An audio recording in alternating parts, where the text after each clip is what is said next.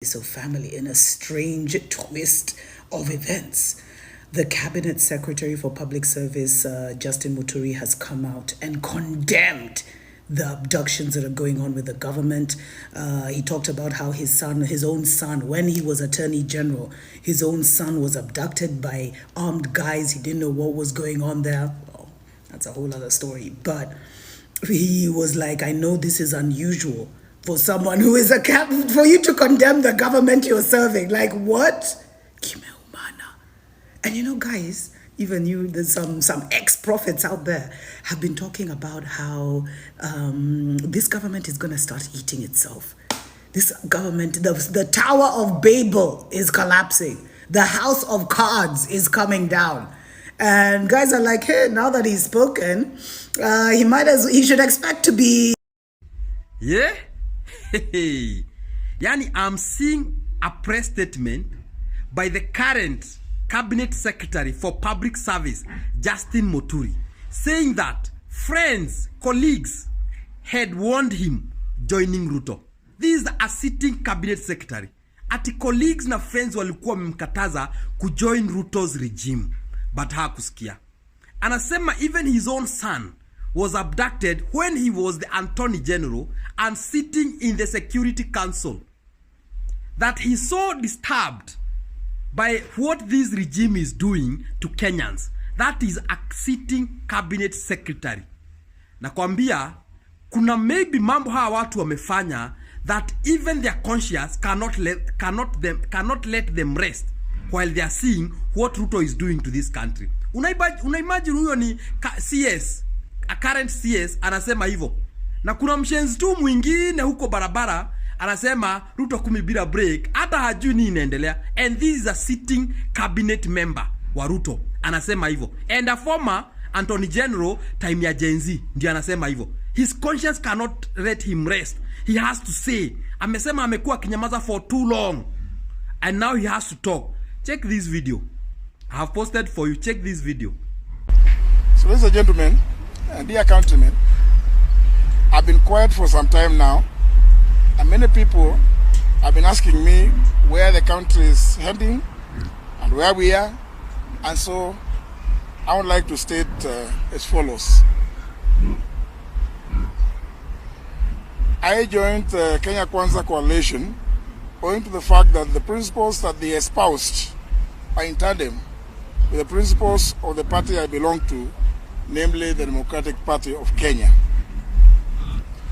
Many friends and political colleagues at the time warned me against joining the coalition, but at a personal level, I was persuaded that it would be driven by the ideals and the values that the coalition stated as a hustler nation to do the best for the people of Kenya. One of the things we had accused the past regimes of was the existence of disappearances and extrajudicial killings of Kenyans, and we vowed that we would never, at our watch, condone or allow such. We stated this time and time again in the lead up to the last general election. Today, there has been a number of abductions and in some cases unexplained deaths since the Gen Z revolts of June last year.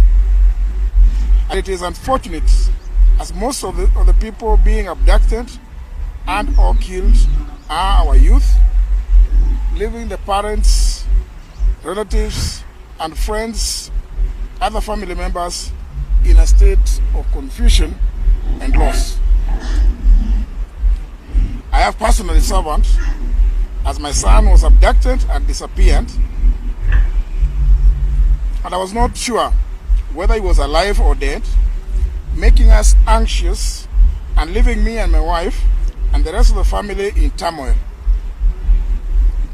It must be remembered that at that time, I was the serving Attorney General of the Republic of Kenya, and as is well known, a member of the National Security Council as comprised and Article 240 of the Constitution.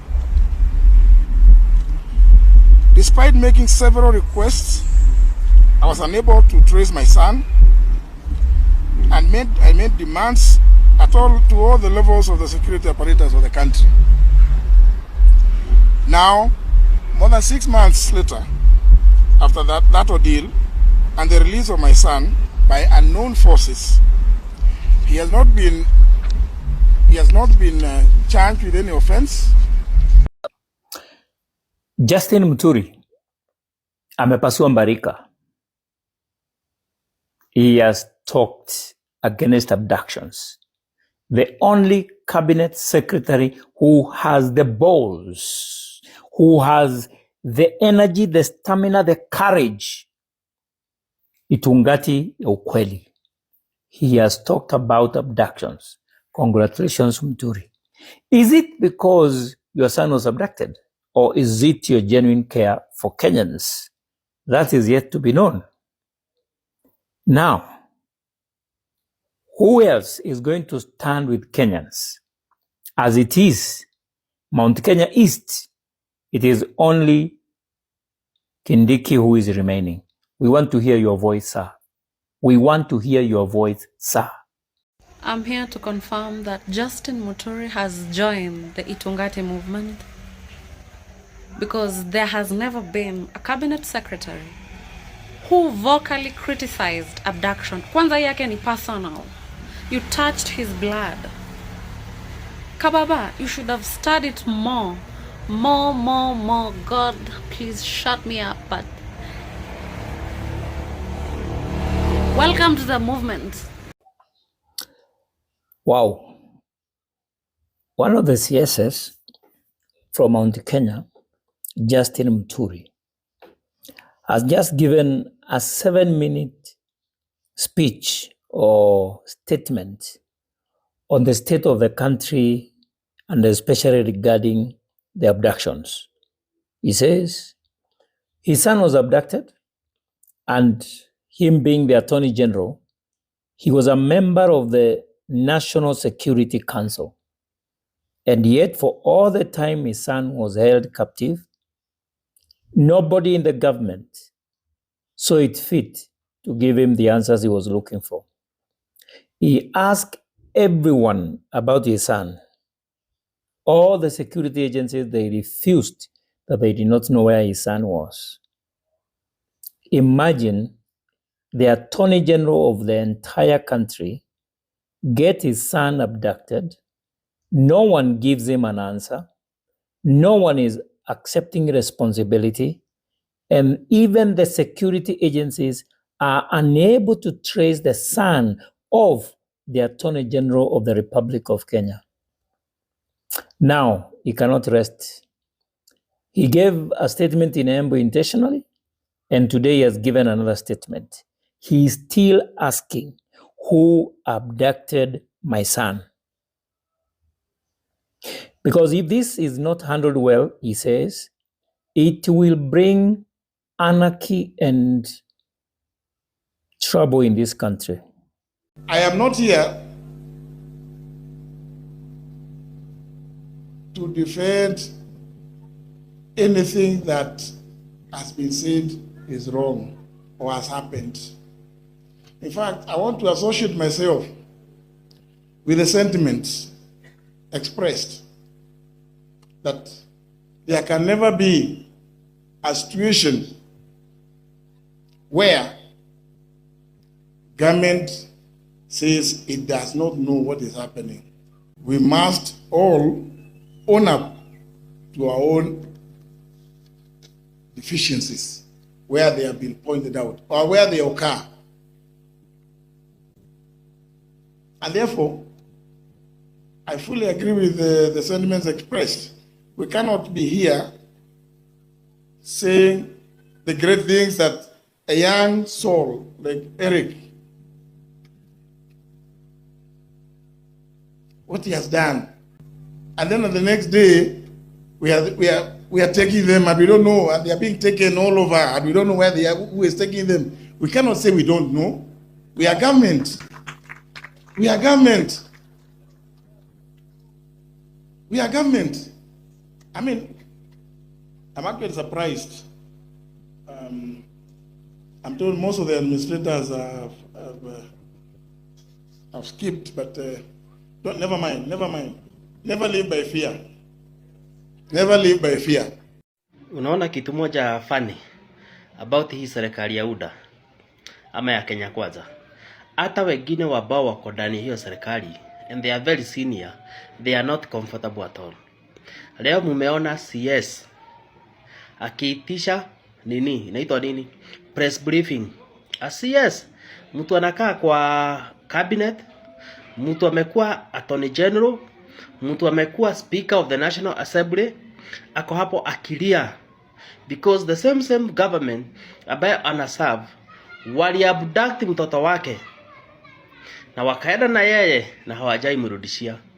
Anasema it is now almost 6 months since Kenya Kwanza regime through dark forces, through those hooded men wali abduct mtoto wake, but they have yet to return the son. So analilia wa Kenya wamsaidie to call the return of his son. Na mimi niko na hii tu ya kuambia, especially CS Muturi, I'm very sorry for that, and I know wazazi wengi wanapitia hali kama hiyo. But let me tell you, you had an option. We tried to convince you people. Tukamwambia afadhali muende kwa Raila Odinga, mtu ambaye akona historia ambayo ilikuwa inajiandika vizuri, alikuwa anaeleweka extreme zake, na nyinyi you decide to go otherwise. So it is choices which we know they have consequences. I'm very sorry, and I know and I believe that Mungu atasaidia your son will come back strong and healthy. Let me tell you, kuna fununu zinasema that kuna watu wamewekwa jela without trials, and it is very unfortunate. And let me tell you, if you are prison wanderer, when mkubwa wa magereza, and you know that you are holding people in the prison without trial ya koti, your days are numbered. Your days are numbered. Siku yako itafika na mtakuja kulipia all this, because I always insist, because we have justice system. Why not use that justice system? Attorney General Justine Muturi has revealed that important decisions concerning his docket, like appointments of senior officers and bills finding their way to Parliament, are being made without his approval. The Chief Government Legal Advisor told Parliament that the Public Service Commission has been making appointments of senior officers in his office without his knowledge. He spoke as he made a case for the independence of his office. And all the things that are happening. For the second time in as many weeks, the Attorney General was appearing before a parliamentary committee, this time speaking out for the need for his office to be independent. No, I wouldn't have any. The Attorney General further making a case for the need to have a board that will help in managing matters of human resource in his office. Currently, the Public Service Commission performs this function. I have, for instance, a gentleman who acts at State House, but he was appointed by the Public Service Commission to the level of Senior Deputy Solicitor General.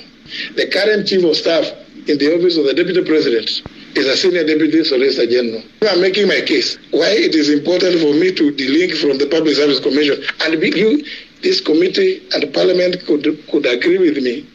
Give me a board. It is not Justine Muturi to see that. I'm not interested to appoint anybody, but a board so as to serve everybody fairly. Muturi says these decisions by the PSC have adversely affected how staff members work there. Operationalized. The Office of the Attorney General Act has not been operationalized. That, I think, maybe in a sense, I would want to say that this is what pushed me into looking at why are staff exiting in such large numbers. And I looked at this. I said, look, even when I make, I say, we want to appoint a state council to go and work in some ministry, sometimes you hear Public Service Commission saying, no, that's our work. We are the ones who deal with civil servant. He also clarified the manner in which those seeking legal advice of his office ought to operate. When I attend meetings, I'm merely in attendance. That time I'm not advising. And I've told everybody who cares to listen that, here we are in a meeting. When you want advice, please write so that you say specifically what it is you want to be advised on. So that it cannot be that everywhere people are attending a marriage ceremony, I'm advising there. No. And I'm sure you may have noticed that I'm not feasible in such functions because there's no work for me there. If we go, we maybe just go to dance and maybe eat and drink, enjoy with everybody. When it is advice, it is independent. Muturi's revelations seemed to raise alarm with some members of the committee who sought to find out whether he was being sabotaged. And there's no cause for alarm. Sometimes there's too much, and I think it's also healthy. It's part of our democracy, the freedom of expression. So people, the media, at liberty to sometimes, when you offer some certain advice, and they think that that may not have been taken, they think, oh, this is now war. No, it isn't. Na mimi ni kijana William. Nimetoka Kamagutu location. No chop. Why? Ukiongea ukweli wanaugua. Yeye amekuja. Ukiongea tu kuongea ukweli atakuua. So kuue. No matter how bad a man is, he can always serve as a good example of a bad man. That's what I was taught when I was doing journalism.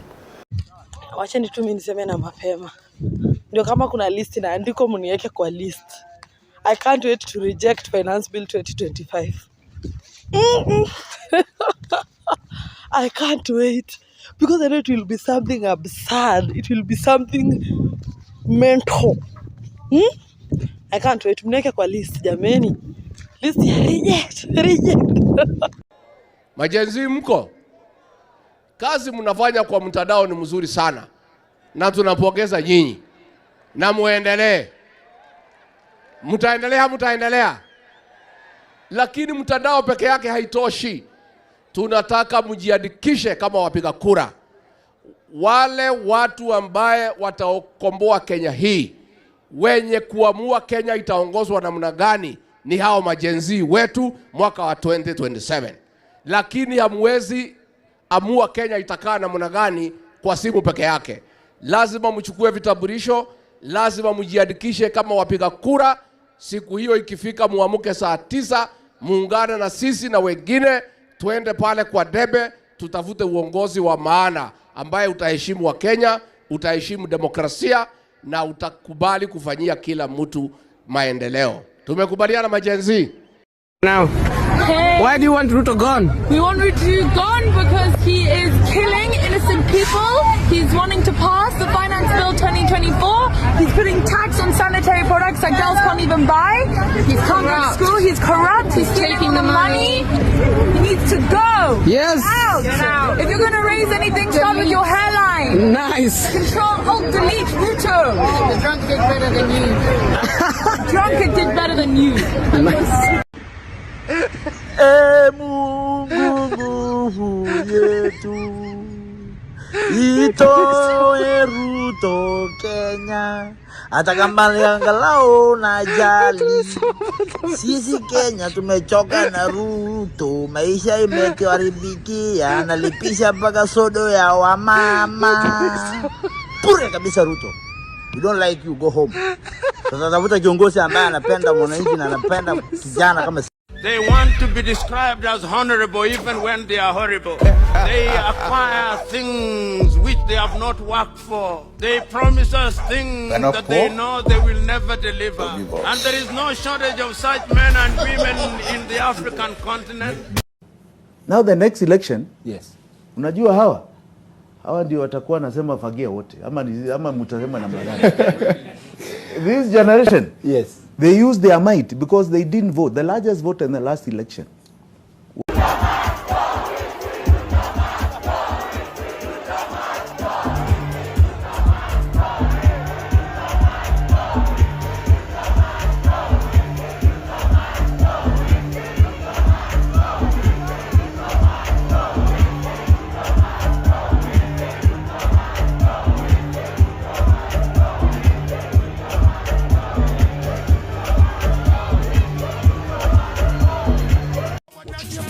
You like me, why them a fight me. You like me, chewing a bone, a bite it. You like me, chewing a bite it. Don't like, how I got you. When I trust them, even if we post them. When I trust them, you find not trust them. When I trust them, go down and I fool them. In farm, I'm missing, you bust them.